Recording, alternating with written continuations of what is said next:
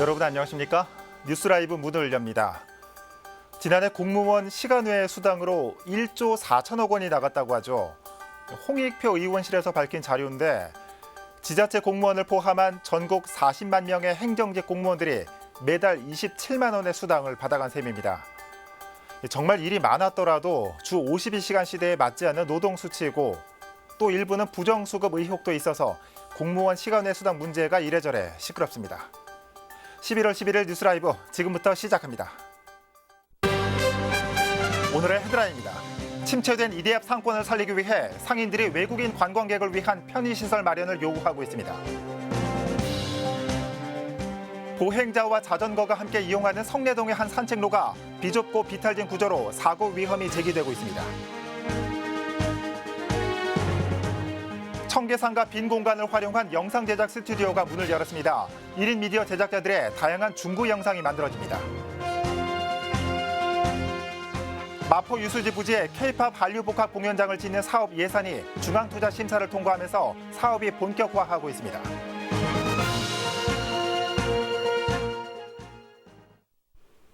한때 불패 상권으로 불리던 이대압 상권이 예전 같지 않습니다.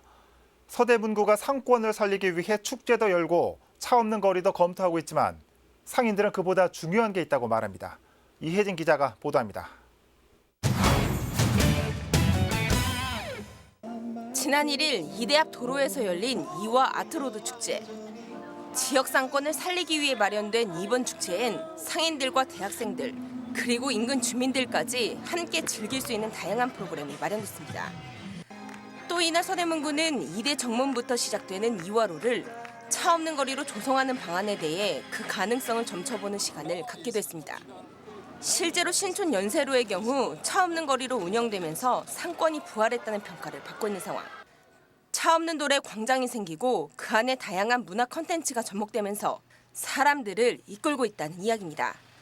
하지만 이대 앞 상인들은 다른 의견을 내놓고 있습니다. 일단 먹거리 업종이 많은 신촌과 옷과 신발 가게가 많은 이대 앞 상권은 차이가 있다는 것. 온라인 쇼핑몰이 커지면서 이대 앞을 찾는 손님은 내국인이 아닌 외국인 관광객이란 점입니다. 실제로 이대 상권을 찾는 손님의 80% 정도가 외국인 관광객입니다. 때문에 외국인 관광객 위주로 변한 주변 상권에 주목해야 한다고 말합니다. 단체 관광객을 유치하기 위한 무료 버스 주차장과 화장실 같은 편의시설이 확충돼야 한다는 것. 차 없는 거리나 지역 축제보단 외국인 관광객에게 초점을 둔 대책이 필요하다는 겁니다. 쓰레기통도 문제고 화장실도 문제고 그런 게 크지는 않지만 그냥 소소하게 하는 플러스 같은 거. 주차장 무료 해주면 아무래도 안 올 게 오고 안 될 게 되면은 그 사람들이 잠깐 동안은 쇼핑할 수 있는 시간이 주어지거든요. 이대 앞 소비의 중심에 선 외국인 관광객들. 몰락한 이대 앞 상권을 부활시키려면 소비의 주체가 누구인지 다시 한번 생각해봐야 할 때입니다. 딜라이브 서울 경기 케이블 TV 이희진입니다. 을지로는 최근 들어 도심 산업과 문화, 예술이 어우러진 곳으로 주목받고 있습니다. 중구가 청계산과 공중 보행로에 지역의 다채로운 모습을 영상으로 제작하고 1인 미디어 제작자들과 공간을 공유하는 을지로 전파사를 열었습니다. 어떤 모습인지 지혁배 기자가 다녀왔습니다.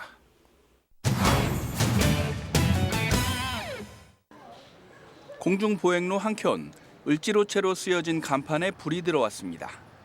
중구를 구석구석 찾아다니며 직접 출연하고 촬영한 영상을 편집해 자막을 입히는 작업이 한창입니다. 인터넷 동영상 매체의 대세로 자리매김한 유튜브에 올릴 영상을 제작하는 겁니다.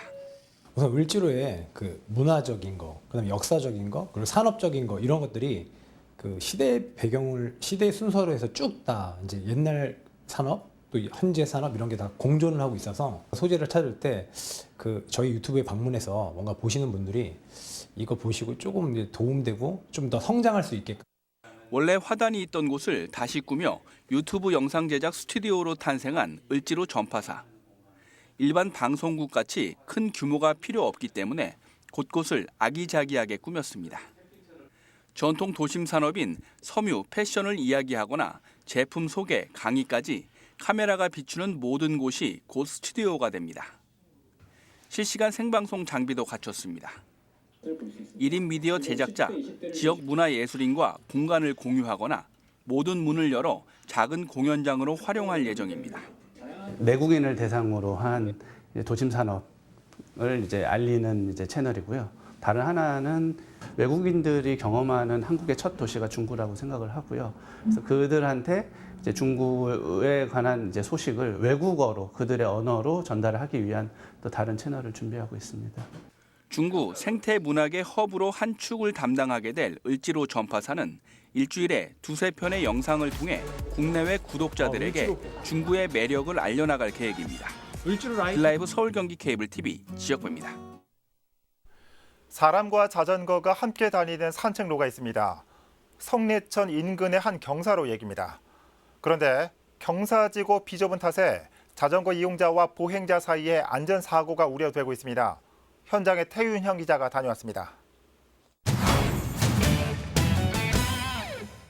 성내천 인근의 한 경사로입니다. 풍납동에서 성내천 산책로로 이어지는 진출입로로 주민들이 자주 이용하는 곳입니다. 문제는 3m 폭의 비좁은 구간을 자전거 이용자와 보행자가 함께 다니다 보니 충돌 우려가 있다는 겁니다. 경사진 구조 탓에 자전거 이용자는 자연스럽게 속도를 내고 보행자는 그 길을 함께 이용합니다. 주말이면 유동인구가 많아져 사고 위험성은 더 커집니다. 안전 문제를 우려해 최근 구청에서 자전거 도로와 보행로를 구분해놨지만 자전거 이용자나 보행자는 여전히 불안감을 호소합니다. 사람이 많아요. 그래서 좀 걸어가신 분이랑 자전거 타신 분이랑 가끔씩 꼬일 때도 있는 것 같아요. 여기가 이제 내려오실 때 빠르게 내려오시니까 저도 올라가지를 못하겠어요.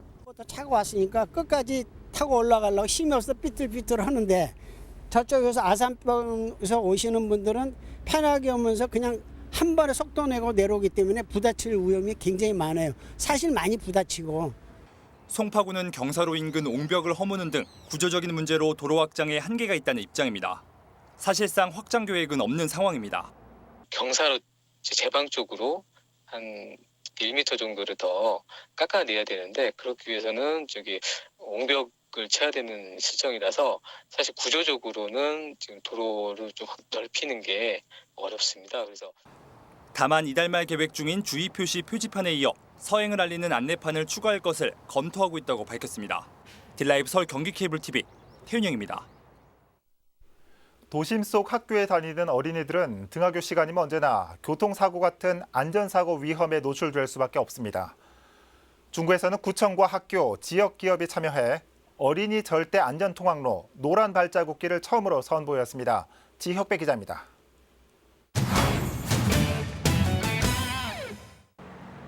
한 초등학교 주변 도로입니다. 정문 앞 도로 100m 구간에는 등하교 시간이면 1시간씩 차량 통행이 제한됩니다. 최근에는 어린이들의 보도 보행을 자연스럽게 유도해 안전사고를 예방하기 위한 노란 발자국길을 새롭게 만들었습니다. 아이들이 등교할 때 좀 위험하긴 했는데 저거 노란 발자국 생기니까 애들이 호기심도 생기고 해서 그런 발자국 따라 보면서 오면은 학교 등교길에 되게 안전하게 등교할 수 있을 것 같아서. 등교하는 어린이들 가방에는 야간에도 잘 보이는 안전카드를 하나씩 매달아줍니다. 중구의 첫 어린이 절대안전 통학로 노란 발자국길 조성을 선포하는 자리가 마련됐습니다. 올해 공립초등학교인 충무와 흥인초를 대상으로 하는 안전통학로 조성 사업에는 지역 내 기업인 그랜드 레저 코리아와 초록우산 어린이 재단이 참여했습니다. 사업 구간은 학부모들이 선정했습니다.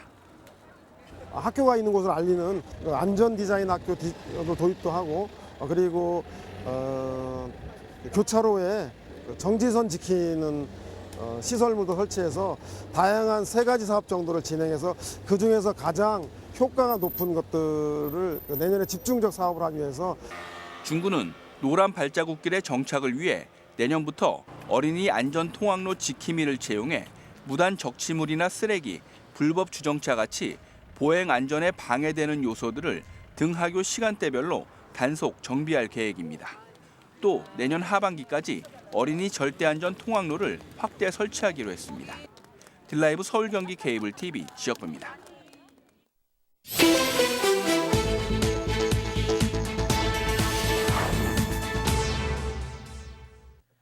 지난 9일 오후 2시쯤 강남구 삼성동의 도심공항터미널 지하주차장에 정차돼 있던 차량에서 화재가 발생했습니다. 불이 난 차량에 탑승한 사람이 없어 인명피해는 없었지만 터미널과 인근 쇼핑몰에 있던 100여 명이 대피하는 소동이 벌어졌습니다. 경찰은 목격자와 차주를 상대로 정확한 사고 원인을 조사하고 있습니다. 지난 8일 광진구 구이동에서 주행하던 차량이 지상 전류 개폐기를 들이받는 사고가 났습니다. 차량이 전류 개폐기와 충돌하면서 화재가 발생했지만 운전자는 대피해 별다른 인명피해는 없었습니다. 경찰은 갑자기 차량을 조작할 수 없었다는 운전자의 진술을 토대로 정확한 사고 경위를 조사하고 있습니다. 뉴스라이브 사건 사고였습니다.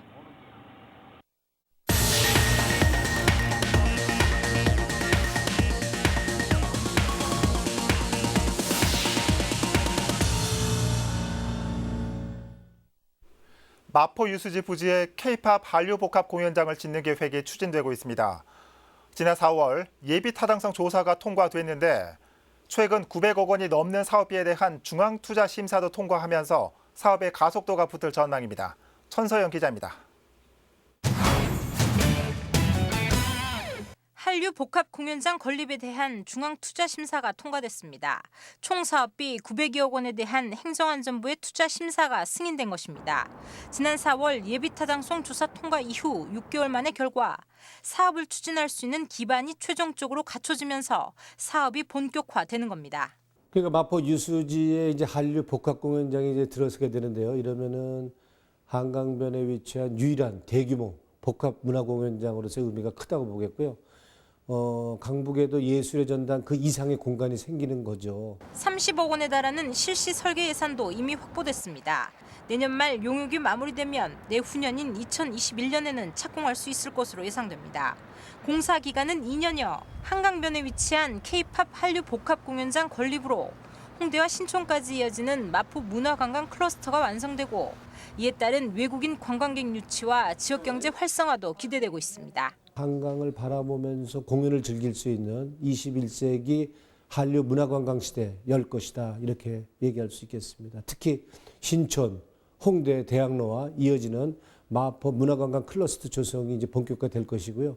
이에 따라서 외국인 관광객들 유치로 해서 지역 상권이 굉장히 활성화되고 이 경제적 파급 효과 1조 이상의 효과를 기대하고 있습니다. 한편 총 사업비 914억 원이 투입되는 한류 복합 공연장 사업은 3만여 제곱미터에 달하는 마포 유수지 부지에 대규모 전문 공연장을 짓는 계획. 1,900석 규모의 공연 시설을 핵심으로 주차장과 문화시설 등이 포함되어 있습니다. 딜라이브 서울 경기 케이블 TV 천선입니다. 지하철 2호선 지상 구간을 지하화하는 사업에 대한 세미나가 열렸습니다.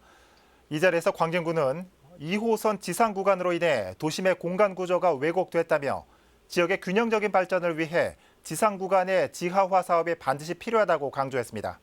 보도에 조성협 기자입니다. 성동과 광진, 송파구를 잇는 지하철 2호선 지상 본선 구간은 모두 9.02km. 이 중 광진구를 지나는 구간은 3.1km로 건대 입구역과 구의역, 강변역이 이에 해당합니다.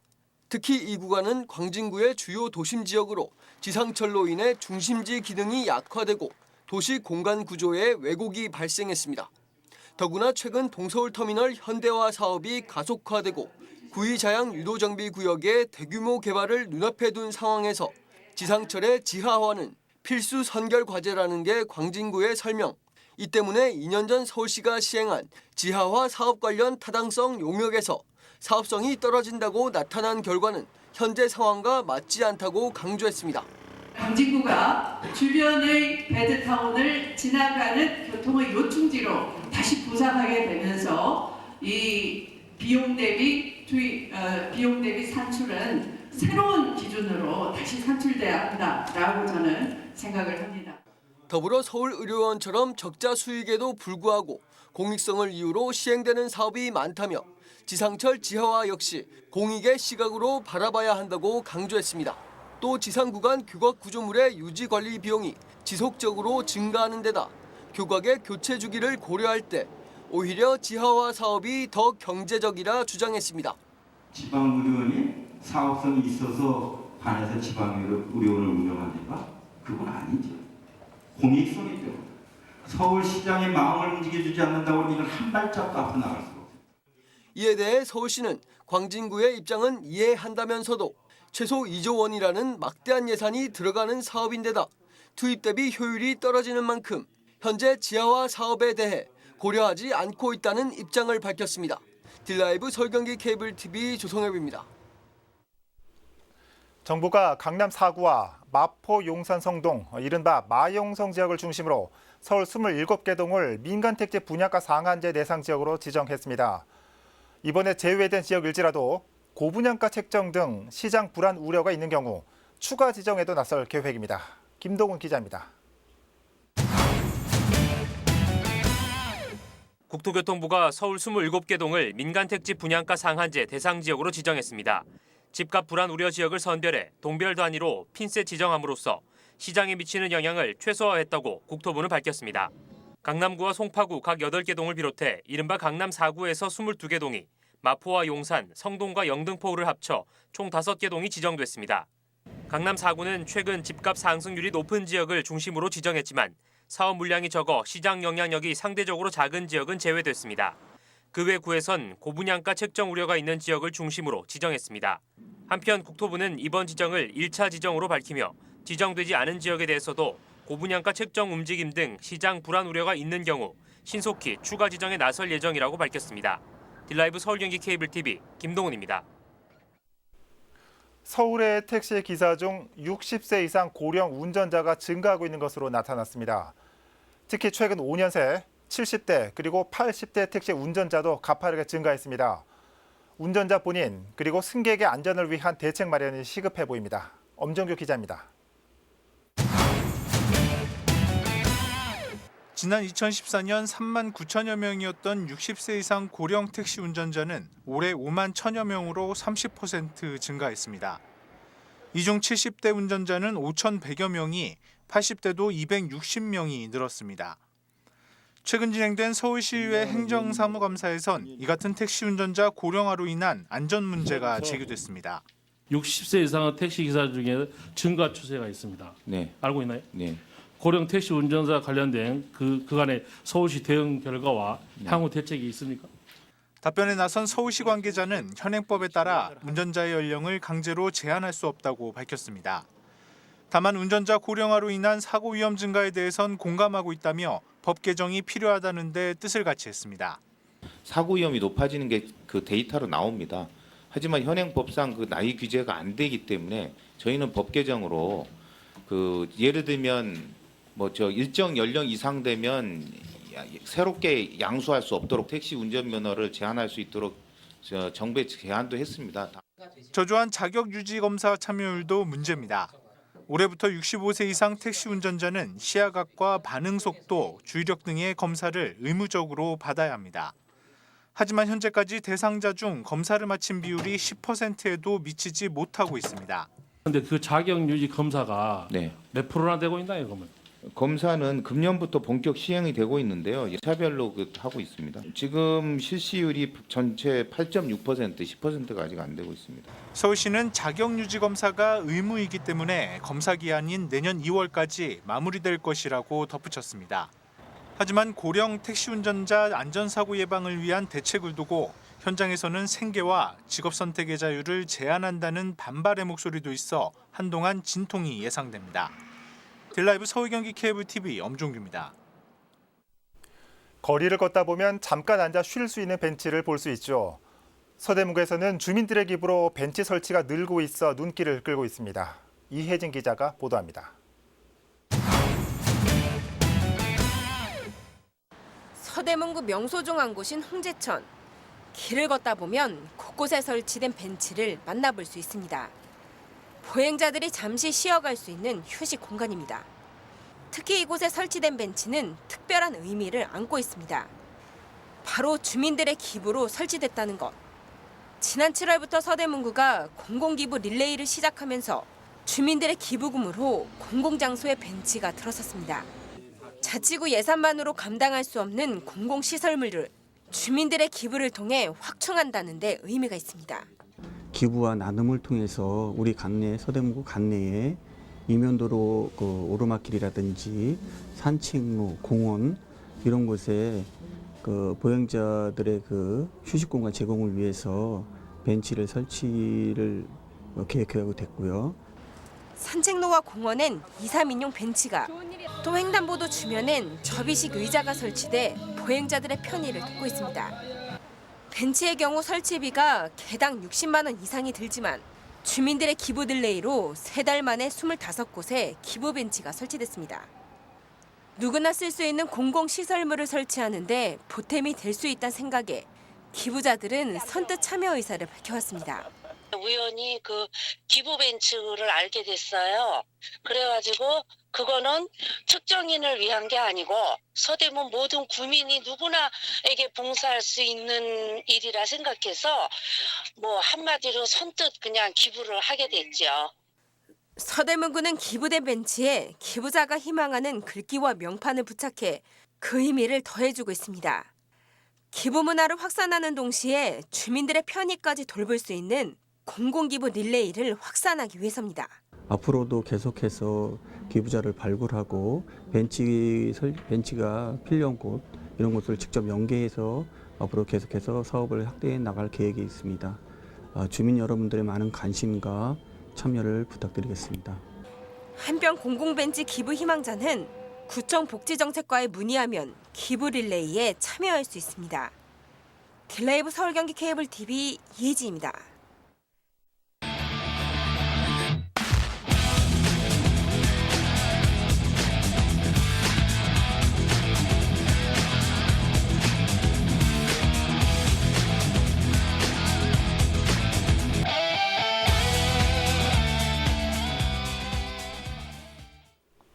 수능이 있는 이번 한 주는 변덕스러운 날씨가 이어지겠습니다. 수요일 전국적으로 또 한 차례 비가 내리다가 수능일인 목요일 수능 한파가 찾아오겠습니다. 3일 앞으로 다가온 수능, 수험생 여러분들 최선을 다하시길 바랍니다. 뉴스라이브 마칩니다. 시청해 주셔서 고맙습니다.